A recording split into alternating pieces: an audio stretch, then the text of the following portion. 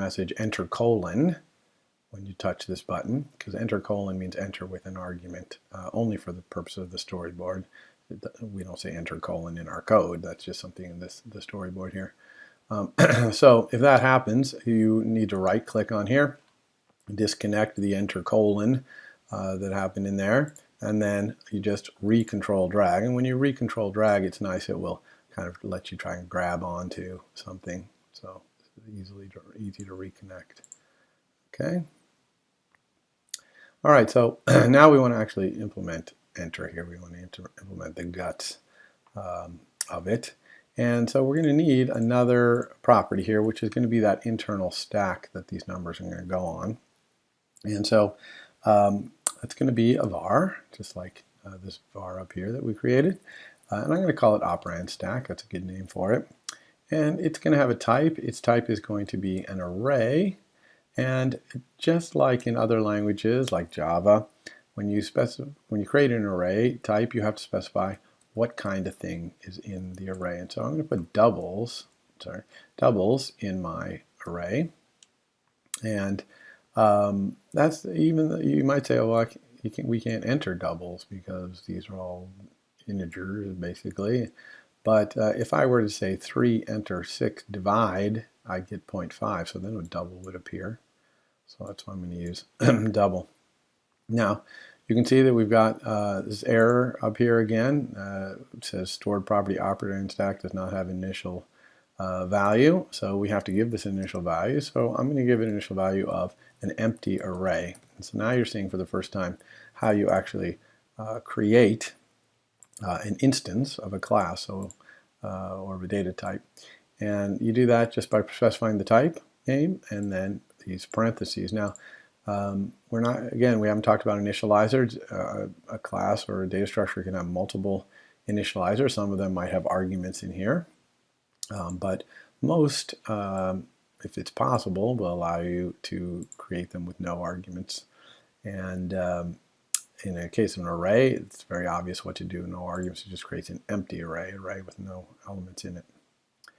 Now, one thing I want to talk about is this right here, this type. You know, this is kind of annoying that we have to type this and then we have to type it right again. And the answer is we don't have to do that, because in Swift is very strongly typed. In other words, all the variables, all the properties are strongly typed, but there's also a lot of type inference. So Swift can infer this type in the exact same way that digit had no type and it inferred it from here. Operand stack, we don't have to specify the type and it can infer it from here. And if we option click on operand stack, you'll see indeed it's figured out that that's an array of double. And in fact, putting the type in here is considered bad form. If it can be inferred, you should let it infer. So for example, this bool up here, we shouldn't have that either, because false and true can only be bool values. So we're going to take that off as well. Okay. So now, in our operand stack right here, what do we want to do with it? Well, when we press enter, we just want to append. So append, this is actually the first time we're sending an actual message to an object. It looks just like when we accessed a property, right? The dot. And it's just the name of the method that we're trying to invoke in arrays. It's an array method right here called append. And you can see the argument says new element :t. This :t means it has to be of this type, the type of thing that's in the array. So this has to be a double. So that's kind of a problem, because really what I want to append onto my stack is what's up here in this display text. I like to say something along the lines of display.text. Okay, but what type is this? Okay, what type is display.text? No, that's not string. That is an optional.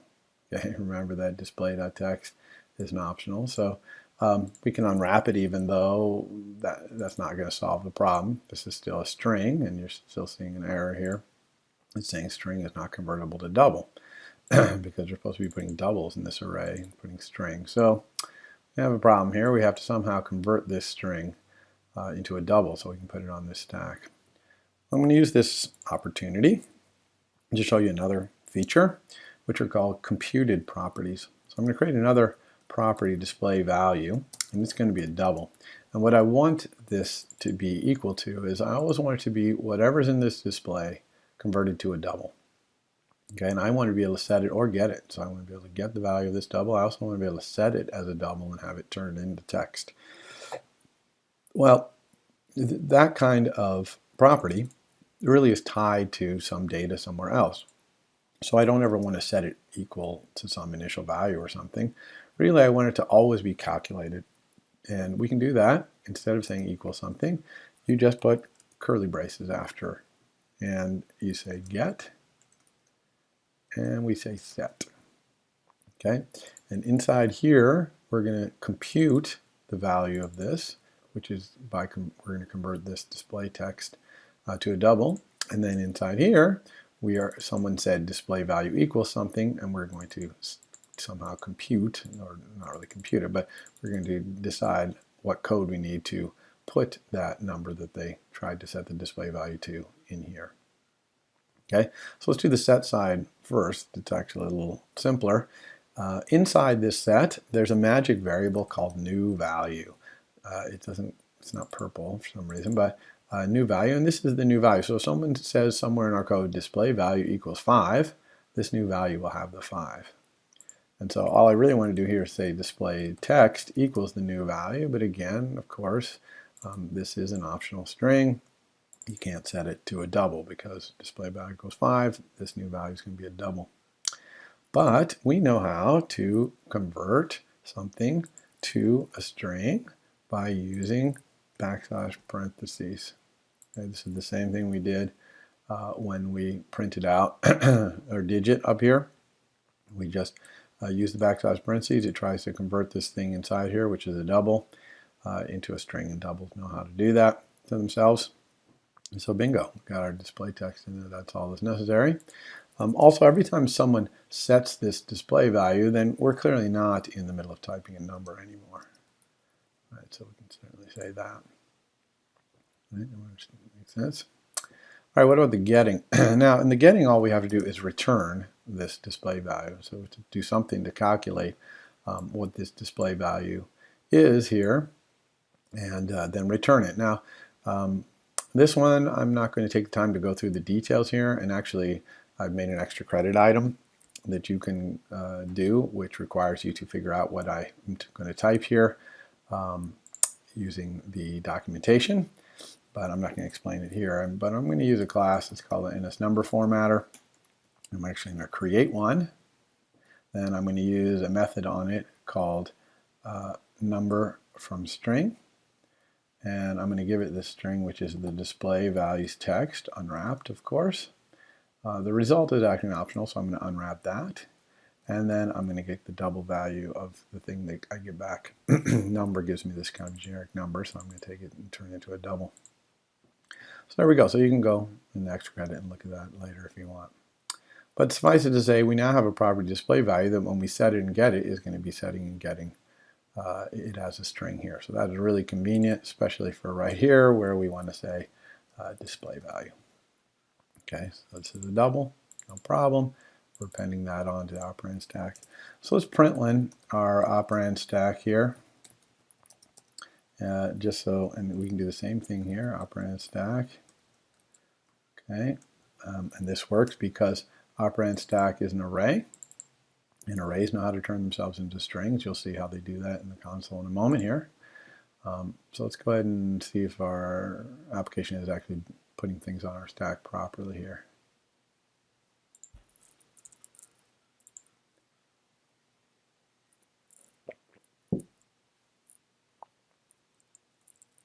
All right, so let's try here. Let's try 56, enter. And look, the operand stack is 56, that's good. 7, enter. All right, 56 and 7. So you can see that arrays turn themselves into strings by doing open square bracket, and then they turn each of their elements into strings and separated by commas. Another one. Okay, so this is good. So we got our operand stack building here. So all we need to do is have some times and plus and minus buttons, etc. I'm going to put them right here that will operate on these items on the stack. So if I pressed plus right now, it would pull the 7 and the 8 off the stack, add them together, it would be 15. show that 15 here, and it actually would put the 15 back on the stack, so then we'd have 56 and 15 on our stack, and then we could maybe plus those together if we wanted by hitting plus again. All right. Okay. So how are we going to do that? Well, we need to make our buttons here, and I'm going to make the buttons again by copying and pasting a digit button, but this time I know about that problem, so right off the bat I'm going to right click on it and disconnect append digit. Okay, so now this button sends no messages yet anyway. And then we can put a title on here. So here I'm going to have all my operation buttons use mathematical symbols. So if we go down here to math symbols, see there's a bunch of math symbols here. So let's do times right here first. I'm going to put a times right there. And we can wire it up. I'm just going to hold down Control and drag out here. We're going to call this action method operate. And because I'm going to have multiple operation buttons and they're all going to send operate, just like I did with append digit, I am going to use the sender. So I'm going to be very careful to change this any object to be button. Okay, do not forget that. Okay, so action, we are going to have a sender UI button, call it operate. Here it is. Nice message doing operate. We can copy and paste this button now, right? We got this one, so let's copy and paste to make some more of these. Start out with 4 of them, let's say. Okay, let's get back our special characters here.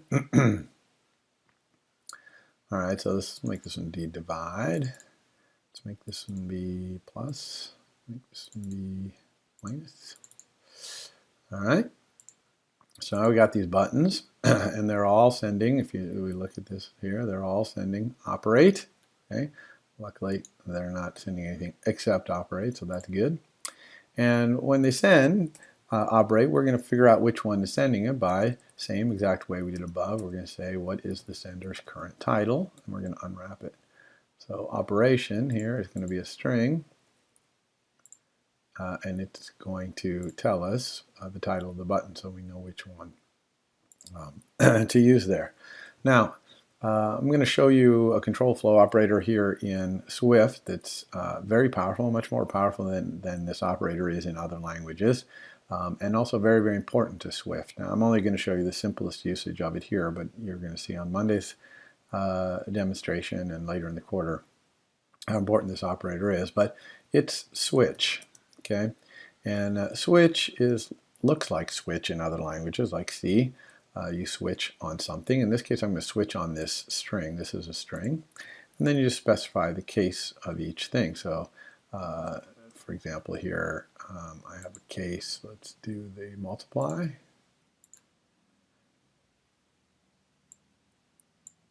All right, so we got multiply case right here.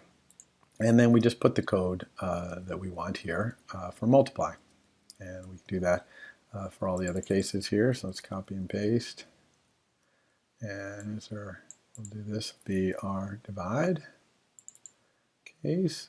And we'll have this be our plus case.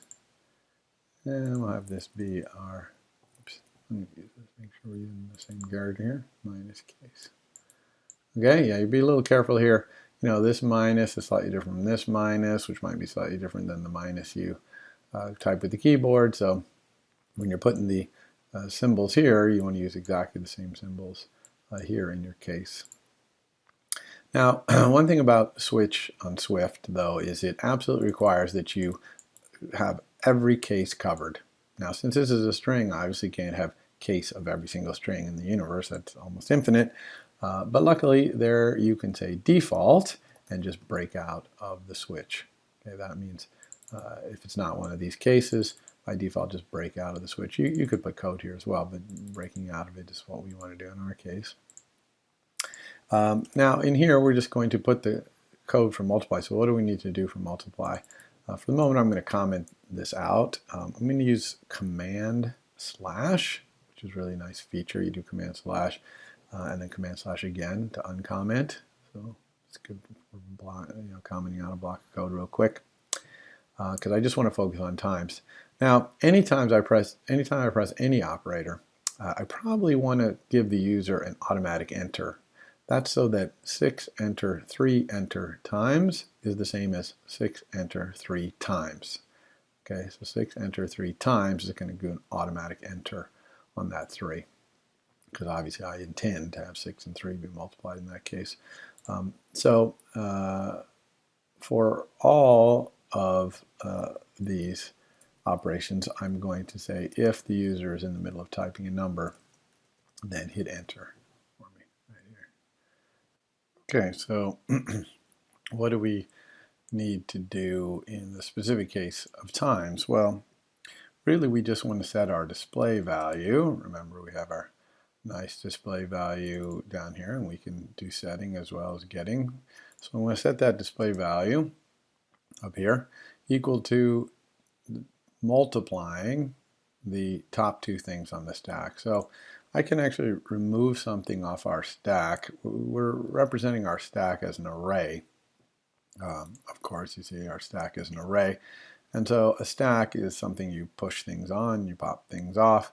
And with an array, we're just going to add something at the end to push something on, and then we'll just remove it from the end to pop it off. So there's a nice array. This is an array, right? Operand stack. So there's a nice method called remove last. And if we option click on remove last, you'll see here that it removes an element from the end of the array. Now, it does require count greater than 0. So if our array were empty, if our operand stack were empty, this would crash our program. So let's put a little protective thing here. If the operand stack, there's a nice property here called count on that. If it's greater than or equal to 2, actually, because multiply takes 2 operands, so there better be 2 things on this stack, then we can do this. And so we're going to multiply that by remove the next one. Okay, so here we're just taking the last 2 things off of this stack by removing from the end of the array and just assigning it to the display value. And we probably also want to do an enter here, because if I go 6 enter 3 times, well, I want to then be able to say 9 plus and have it add on to the 6 times 3. So we want an automatic enter here as well. Okay, so that's pretty much all we need to do here. Let's go ahead and run this. See how this works. And so 6 enter, or 3 enter, 6 enter. Now we've got them both on the stack, times, and you can see we put our 18 here. We also put it back on the stack, and we can say 5 times. That put a 5 on the stack, and then multiplied them, took it off. So that's working nicely. Now, what about our other buttons here? We're going to make those work. So let's do that. Now, they do very similar thing here, so one temptation would be to just copy here, let's uncomment these out, and then just paste it repeatedly. So put it there, put it there, put it there, and then just change this times in here, to plus, for example, on this one. But this is pretty messy code. Look at all this incredible amount of duplicated code in here. We really probably wouldn't want to write our code like this. People would think we were terrible programmers, I think, if we did that. Really, what would be nice is if we had could write some kind of function. Maybe we could call it perform operation or something like that. And if the argument to that function, remember that arguments have names, right? Here's the name, and then we have a type. If the argument were something which basically was this little operation in here, okay, or some sort of function that would do this operation. So if this could be some kind of function, that'd be cool. And then maybe we could take this code out of here, put it in here. Oops, let's call it perform, not preform, perform operation. Put it in here, and instead of doing, multiply here, let's go ahead and we could do this operation somehow like this. Maybe operation, call it like a function with 2 arguments here. Okay, that would be cool because we'd be sharing, you know, this check, we'd be sharing this enter, we'd be sharing the removal of the operator, we'd be sharing setting the display value, we'd be kind of sharing a lot of code here. And then up here, if we could just do something like perform operation and somehow specify multiply as the operation we wanted to do here. And then we wouldn't need all this stuff here, right? So this would be cool. Now, can we do this? Well, yes, the answer is we can. And so types, functions, can be types in Swift, just like any other type. So, you know, we have a double here. Whoops, a double, that's a double, that's a type. You can also have a function type. So how do you specify a function type? Well, multiply, or whatever function I'm going to perform here, this is a function that takes two doubles as arguments, and it returns a double. So I can just say, I want operation to be a function that takes two doubles and returns a double. So I can just specify that right here. This is a type. Okay, this is a type. It's the type of this argument right here. In fact, you can option click on it and say, yeah, that type is double, takes two doubles and returns a double. So it's just as simple as that. So all we need now is a function here called multiply that takes two doubles and returns a double that does multiplication. So we could go down here and say, okay, func multiply, and I'll have op1, which is a double, and op2, a double, and it returns a double, and it's just return op1 times op2. Okay, and that worked great. I'm going to comment these back out again so we can see if this actually works. But there's no errors here, right? It seems to work. Multiply seems to be a function that takes a two double and returns a double, and that's what this argument here is, and I'm passing it along. It should all work, so let's give it a try. So here we go. This is 6, enter, 54 times. And sure enough, it's working. It's doing that multiplication. Works great. And so what about all of our other cases here? Well, we would just need to take this same piece of code right here and put it for all of them. And of course, we'd need a divide method, so we'd have to come down here. I'm going to copy and paste that and make divide. Wait a second. This is starting to be just as bad as we had before, having to make all these extra functions, multiply and divide and all that. Well, it turns out it's so common to pass functions as arguments in Swift that it allows you to put a function like multiply right in here without having to create a separate function like this. And all you do is you just pick it up. So I'm just going to cut that from down here. I'm going to paste it right in here. Now, the only thing you have to change syntactically when you do that is this curly brace, okay? Instead of being after the declaration of the arguments and the return value, it needs to be before. And so you move the curly brace before, and then where the curly brace was, you're going to put in, the word in. And so that allows us to just, sorry, I'm going to comment these out again so we can get rid of our errors. And we can get rid of function multiply down here. So that allows me to just put that multiply right in here, right in line, right as the argument to this function. And this seems kind of wacky for those of you who have not used programming languages that allow this kind of things. They're called closures. It just basically allows you to put a function right in there. And this, okay, it looks okay. And then we could certainly, you know, now we could copy and paste this and put it here, you know, here and change this and put it here and change this. But it can be even better than this. So we know that Swift is really good at something called type inference, where it can kind of figure out the type of something from the context. And it can do the same thing here, because it's looking at perform operation. It knows you're calling perform operation. It knows this argument is a function that takes two doubles and returns a double. So you really don't have to specify all the types in here, because it knows all this. So you can actually get rid of all these type declarations right here, even the return. And again, see, no warnings, no errors. It knows that this has to be a double and this has to be a double. because it knows you're calling perform operation. So it knows the argument to that is like that. Okay, and you can even make this look a little nicer. We could move this all up onto one line. Really makes that nice for readability here. But we can actually do even better than this.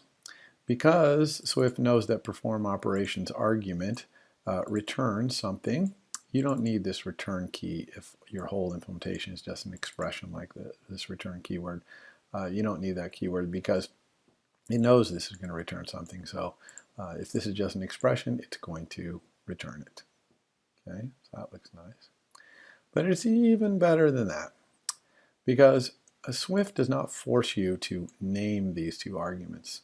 If you don't name them, it will use the names $0 and $1, and then if you have more arguments, $2, $3, $4, such that you don't even need this. Okay, so this is a function right here. It takes two doubles, $0 and $1, and returns a double. Now, Swift knows that they're doubles because it knows you're passing them to perform operation. If you were passing this to some other function that took a different kind of function as an argument, these types might be different. But in this case, it knows that that's what it is, and it knows that it returns one, so it knows it's going to return what this calculation is. All right. Now, one more cool syntactic thing you can do is if you have a function like perform operation, and it has an argument, which is a function, like operation here. If this argument is the last argument, okay, so if I had other arguments before it, and this was the last argument, then you can move the function outside the parentheses. So other arguments, if there were other arguments before, they would go in here. But this last argument, which is this operation, gets to go outside the parentheses. And if there are no other arguments, if this is the only argument, you can actually get rid of that. Okay? So we've gotten down to incredibly concise language here, and we can do this exact same deal, of course, with these other form operations. We just need to change the math in here. This one, we're a little careful with the order of operations here. We want to do this because we put the thing that we're dividing by on the stack last, and that's the first thing that comes off the stack. And same thing here, actually, with subtraction, minus $0. Okay, so this is our entire operate, and you can see that it's incredibly concise, very readable. Times is clearly doing this function, and very extensible. If we want to add more functions, we just one-liners here to put more of these binary functions that have two operands. So let's go ahead and make sure this is all working. All right, so 6, enter, 5 times, that's 30, that's good. How about 47 plus, 77, excellent. How about 2 divide, 38.5. We're seeing the floating point number there working. You can see the stack is doing all the right thing. Okay, makes sense. Now I'm going to do one more thing here, which is to add another operation. This is going to be a slightly different operation. So I'm going to copy and paste these operation buttons here. Again, I'm going to make sure they're lined up really nice with as many of these blue lines as I can get. I'm actually going to leave these buttons here because you're going to need them for your homework. But we're going to change this button right down here to be a different operator, which is going to be square root, which is right here. It's the square root operator. All right. And so I'm going to go back here to do square root, and it's just another case, right? Case square root. And maybe I should just be able to use this same mechanism, right? Let's see if that works. Paste that in there. And instead of this subtraction here, let's use the built-in function in Swift to do square root called square root. And we have $0. Looks good. Yeah, we're ready to go. It should just work, right? Oh wait, what's going on here? We have some sort of error. Why? What's the problem? I don't understand. Let's take a look at this. Now, this error is a little hard to understand, but basically what it's saying is that you're calling perform operation here with an argument, which is a function that only takes one argument. Because Swift looks here and it sees that it's only using $0, so this is a one argument function, this whole